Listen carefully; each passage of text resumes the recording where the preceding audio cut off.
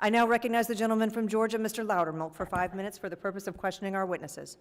Well, thank you, Madam Chair. Thank you all for being here. I appreciate the job, the work that you all do. It is so very important for our free republic to have integrity in our elections, and that has been something that has risen in the interest of the American people in the past several years. I'm the longest-serving member of this committee, and this used to be an obscure committee when all that our jurisdiction was security of the Capitol and federal elections. And then in 2020, that became important to a lot of people for various reasons. And I thank you for being here.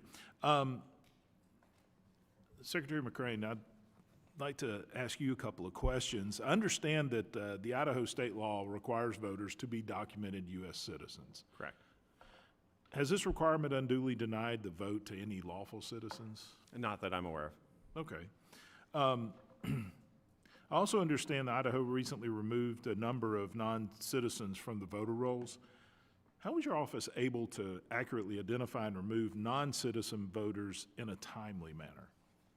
I appreciate the question. As I mentioned, last summer we signed the Only Citizens Can Vote Act, and working through a process using our Idaho Transportation Department, Idaho State Police, and then most notably Department of Homeland Security, we ran the entire 1.1 million registered voters in Idaho through those systems to verify citizenship. I mean, easily determining citizenship for the overwhelming majority, but then really dialing it into a case-by-case basis to narrow it down to 34 individuals who were non-citizens on Idaho's voter rolls.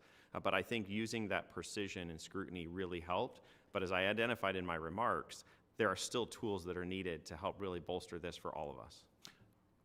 Had you done that in the past, or was this the first time that you really started drilling down looking for non-citizens? This was the first time that we'd actually had that, and I think this will be continued work, as you see from the President's executive order and other efforts. Okay, I appreciate that.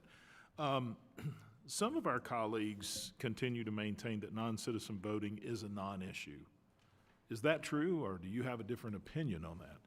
I think every American wants to make sure that their vote can count and that their vote counts the same as everybody else, and that there is no one who's ineligible participating in our elections. Because as we know, anytime that happens, especially that razor-thin election like I mentioned earlier, it can cancel out somebody else's vote. So I do think this is an issue for determining accuracy. Also, Idaho recently adopted the Only Citizens Can Vote Act, as you've mentioned.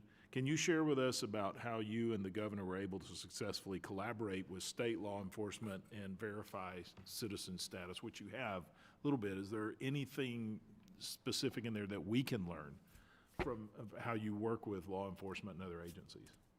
I think specifically, it really does tie in both to voter ID, right? So identification that identifies citizenship. I think that's an ongoing conversation and something that you can continue to do work on. And then the other part really is investing in USCIS. So earlier today, I met with USCIS officials to talk about how can we bolster these efforts. I think they're eager to do the work. One of the things they reiterated to me was they are going to remove whatever barriers. So you heard from Secretary Allen some of the challenges other states had.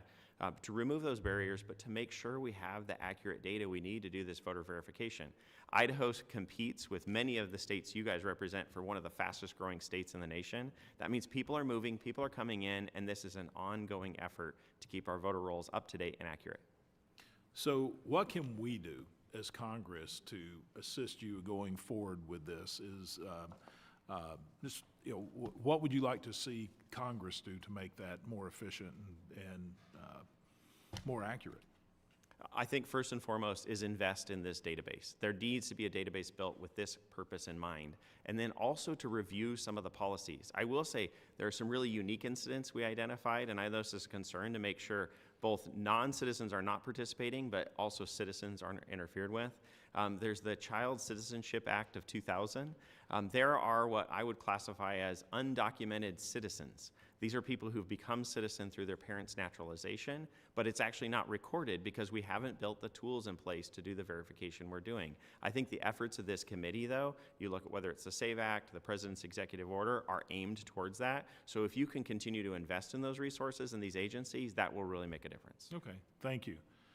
And Secretary Landry, I have one question for you.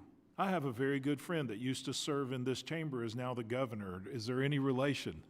We are not related. Governor Landry and I are from the same area Right. of the state, and Landry is a very common Cajun name. In Louisiana, it's the second most common Cajun name, so it's sort of like Smith in South Louisiana, but Well, I assumed you weren't because I understood everything that you said while you were here. With that, I yield back. I won't tell him you said that. Please do. Thank you. I now